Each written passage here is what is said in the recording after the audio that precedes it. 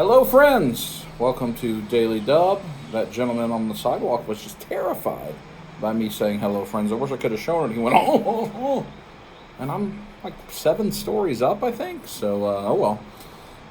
I am outside. It's vacation. I'm at Myrtle Beach. You can hear the water. You'll probably hear cars drive by. It seems like there's a person with a circular saw, and I'm sorry for that.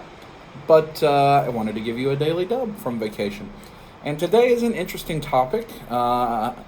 I had good feedback from when I talked about some business topics last week, and every time I talk about kind of the business side of things, folks seem to enjoy it. And I think this is a timely one. There will be no spoilers for Endgame in this, so no fear of that.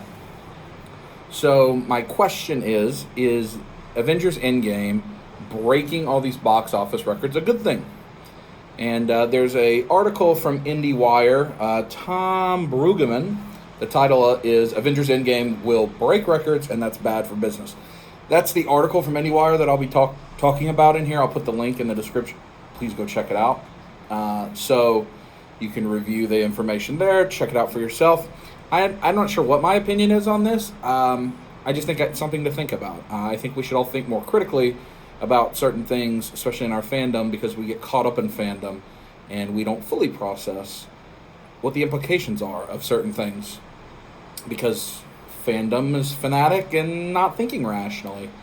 So if you think about this, if you're a sports person, when the Patriots win another Super Bowl or the Warriors win another NBA title, if you're not a fan of that team, you'll say, this is bad. This is bad for the NFL. It's bad for the NBA.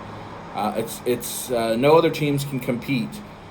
If you're a fan of anything else, you don't like it. Typically, as a society, we don't always cheer for the front runner. It's a transcendent sports star that can cross over that. The way everybody was cheering for Tiger Woods recently at the Masters, but that didn't used to be the case with him. Maybe MJ for a while. But typically, we don't like the big, most popular, most successful thing. People cheer against that. We like the underdog more. It's a trope that we've had forever and ever in stories, and it continues. It's easier to think about that in terms of sports, because I think everybody says, oh, if you're not a Patriots fan, you hate the Patriots. But so the posit I would have is Disney, the Patriots. And are we not considering what all of this actually means? So let's talk about this. Endgame made, I think, $357 million opening weekend, $1.22 billion worldwide, $357 in the U.S. Civil War, Captain America Civil War, a film that was very popular, marketed very heavily, made $1.53 billion worldwide a few years ago. Now, I know that when it's adjusted for inflation, it's probably slightly higher than Endgame, but Endgame has basically already beaten almost every MCU movie that's not the Avengers and not Iron Man 3. And not Black Panther, practically. It's already surpassed all of those movies. And if you're like me, well, yeah, hooray, our friends won. But is it winning, right? This isn't an actual scoreboard. These are things that have implications. And so let's think critically about it. It is already the 46th grossing movie of all time on the U.S. box office in 5 days. That's pretty cool when you think about it. But the question, let's get into the article that Tom says, is Marvel, Disney in this case, but Marvel, Team Avengers or Team Thanos? And the way he talks about it, he keeps referring to Disney having all the Infinity Stones, where they can wield ultimate power, they can do whatever they want to do. Really this is a talk about for theaters. And how does this impact theaters? How does this impact your movie-going experience? If you say, I don't care, I don't ever want to go to a movie theater, well, then you don't care. But if you do care about going to the movies and seeing movies in the theater and seeing it with all the twin 8K projectors and the huge sound systems, the things that you can never have in your home, you should care a little bit about this. So year to date, theaters were $600 million in the U.S. behind 2018. And that's a trend of downward theater growth. $600 million. You say, oh, well, but that's great, but Endgame's going to crush that. Yeah, but at this weekend last year, the same weekend is when Infinity War launched. So now it's competing against itself. And Endgame will not make $600 million more in the U.S. than Infinity War did. Worldwide, probably. But this is a discussion about the U.S. box office because it's what the article is about, it's what the numbers I have are. I'm not familiar with how the international box office is doing. I know in China it does really well.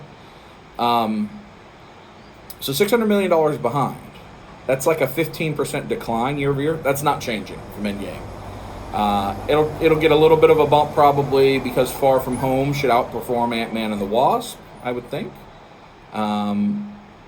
But there's not, I mean, there's movies coming later. I guess you've got Toy Story, you've got the other Star Wars movie. So you've got things that could bring it back, but how much will it bring back? That's not a good thing. If you see an industry declining year over year, that's not a good thing for that industry, just period. That's a very basic economic principle. But there's much worse news than that even for the theaters. So I don't know that I fully knew this until a couple years ago when I'm going to talk about something that happened with Star Wars Last Jedi. But the way a theater works is they rent the movie from the production studio to show it to you. They pay rental fees. And what happens is the higher a movie is expected to do, the bigger the box office, the more the studio says, I get more of that. I get more of that. No theater, we're not splitting it 50-50 when the movie's going to make $3 billion. That's not the way it works. You just want to get in on this. I'm going to give you a little taste.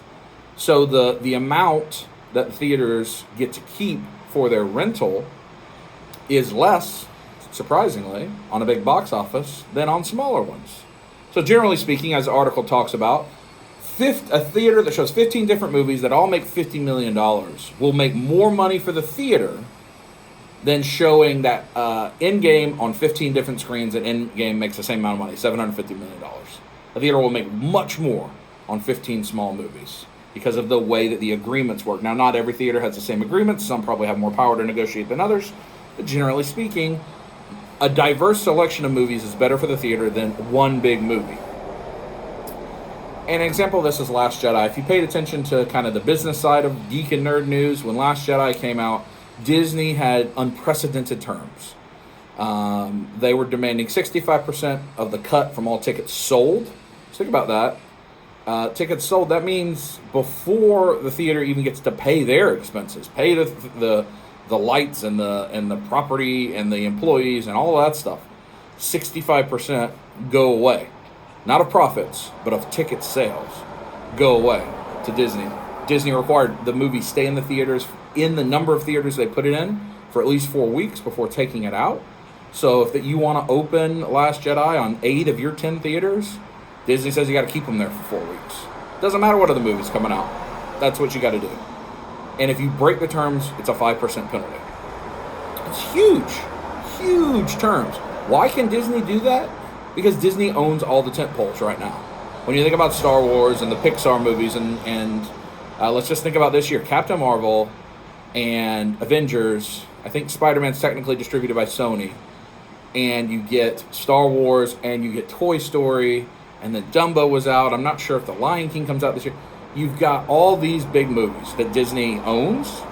And so they can do what they want to do. Because what's the theater going to say? No, Disney? I can't, I'm not going to show your movies. Some did that with Last Jedi, surprisingly enough. So think about that. It's in essence a form of monopoly. And we're going to talk more about that in a little bit. So when there are just a few films being made, period, and they're the big events, what's a theater supposed to do? They have the virtual monopoly. And that's not a good thing. There's a reason that anti-monopoly laws exist. There's a reason that the Disney-Fox deal took so long to close as the government was reviewing it for monopoly practices.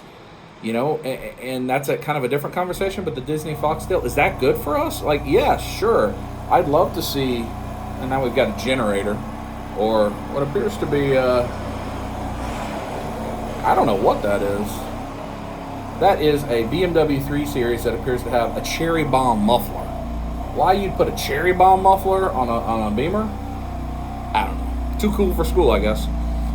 So when you have a virtual monopoly, when you have a theater that can dominate like that, the acquisition of Fox, they have all these big movies, they just get to wield their power around. And that's not a good thing. It's just not a good thing. So yeah, sure, it'd be great to see the X-Men and the Avengers together, Fantastic Four, but at what expense?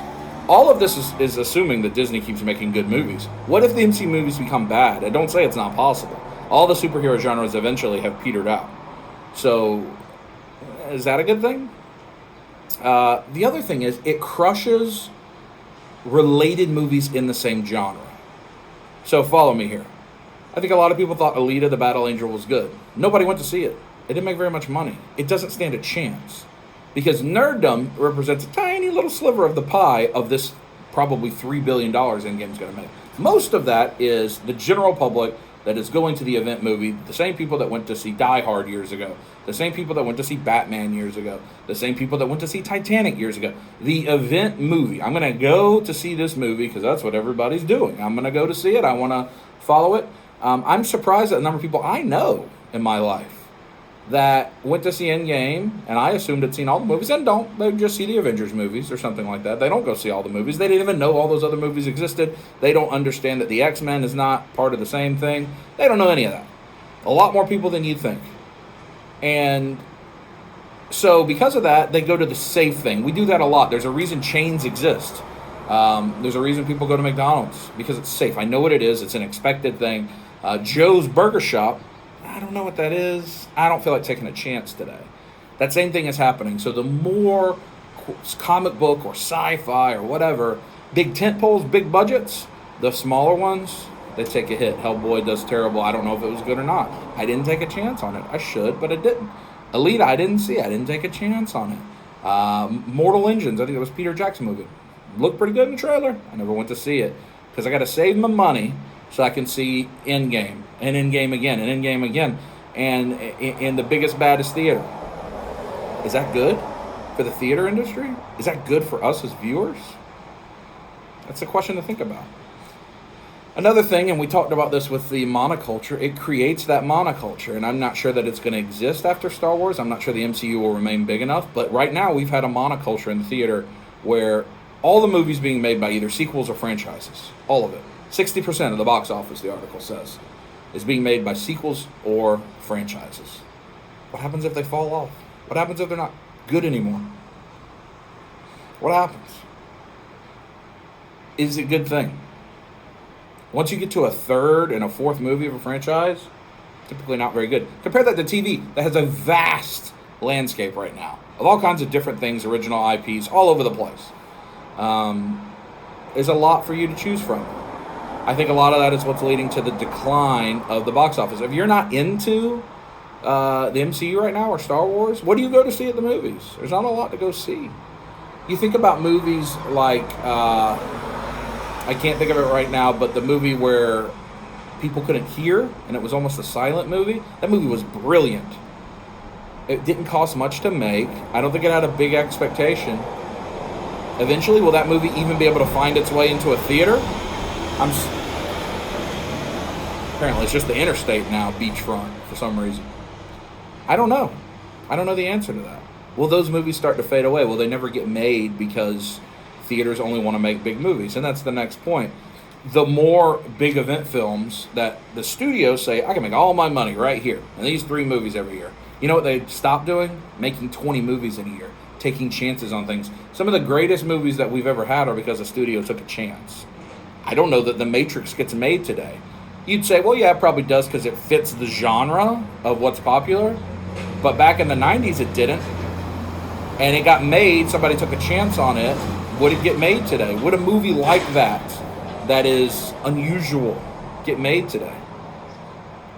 The other side of that is, if there's less total movies, that means there's less opening weekends. That means there's more weekends that are dead in the theater. What does that mean? People lose jobs. A theater has to be open every day of the year, and it costs them the same amount of money in terms of running that business day to day, not the rental fees, but the lease doesn't change because Avengers isn't out right now. The people don't get paid less because Avengers isn't out right now, right? They sell less everything. They sell less popcorn. Why are concession stand prices so high? That's how theaters make their money. That's how they can afford their bills. So, less movies, less opening weekends, people start to lose jobs. Theaters can't be seasonal the way like places like Myrtle Beach are, where they go, nobody's going to come in the winter, so we're just going to shut down a restaurant. They have to stay open. all year long. Is that a good thing? I don't know. With the acquisition of Fox, Disney now controls 35% of all movies going in the theater. I think second place is like 18%. 35%. They're a juggernaut. They can do whatever they want to do. The last variable we'll talk about that the article focuses on is with Disney Plus. Is that even a bigger threat than any of this other stuff we're talking about? Because with Disney Plus, Disney now has the opportunity to put things on their own platform direct to consumer and not have to deal with the theaters at all. Now, will they ever do that with an MCU movie? I wouldn't think so. They make so much money in the theater that won't be replicated at Disney Plus. But consider this. Let's say that after 4 weeks of Avengers Endgame, it's made $2 billion. They spent all this money on marketing, all this money on commercials. It's still a buzz. People are still talking about it. And they say, all right, we're going to pivot that and put it on our streaming platform now and remove it from theaters suddenly. Because they want to save on their marketing dollar. They've already spent money marketing it. Oh, you want to see Endgame one more time? Come right now. Come right now. Pay the $6.99 and we've got you. Would that work? They'd probably get consumers to pay. Does it hurt theaters? Absolutely. Because theaters have made their whole world revolve around these big openings. What happens if that 4 weeks is 2 weeks? What happens if certain things only go to Disney Plus? Is that good for us as a consumer? It's probably good for us as a fan. But is it good for us as a consumer? Is it good for our pocketbook? Is it good economically? What happens when they do that and then suddenly Disney Plus isn't $6.99 anymore, it's $26.99 every month. And you have to sign up for a contract. And that's the only way you're going to watch a whole lot of stuff. Is that good? So those are the things I ask you to think about as we talk about the Endgame. It's a great movie. I'm not going to spoil it. But a lot of stuff like this with Star Wars, Game of Thrones, these juggernauts, juggernauts typically aren't good for the masses, for the little guy, for the common man, whatever you want to say. So just think about that. I'm interested in your comments about this. Read the article if you want to comment. Just kind of think about it. I don't know that I have an opinion. I understand it from an economic perspective why it's bad. I don't know that that's necessarily one-to-one replicable within this industry. But I know that if theater chains start to close because they can't afford to stay open when it's not a tentpole time, that is bad. Because it's your small-town theaters that are going to close first. It's your charming ones, the ones you've seen all the movies at. They're the ones that are going to suffer. And I don't want that to happen. You look at the stock prices, AMC and Cinemark, two of the biggest American traded on the stock market. AMC, right before Endgame opened, it closed Thursday, 15.3. Today it's 15.5, marginal. Cinemark closed Thursday right before Endgame opened at 41. Today, Tuesday morning, 41, 8.2. Tiny jumps. You would think with the largest box office opening of all time, that their stock would jump. But Wall Street knows better. They know this is not necessarily a good thing. It's not a bad thing that they made. They still made a bunch of money. But it's not as good as one would think on its face. So think about it. Let me know what you think. If you want more stuff like this, please let me know in the comments, and I'd be happy to do it. I am finishing an episode of Dub Life today, and then I'm taking a week off of filming. Just going to relax. And then I go to San Francisco a week from today. I got 5 more days at the beach, though, so I'm going to enjoy it. I'll talk to you soon. Squeeze it.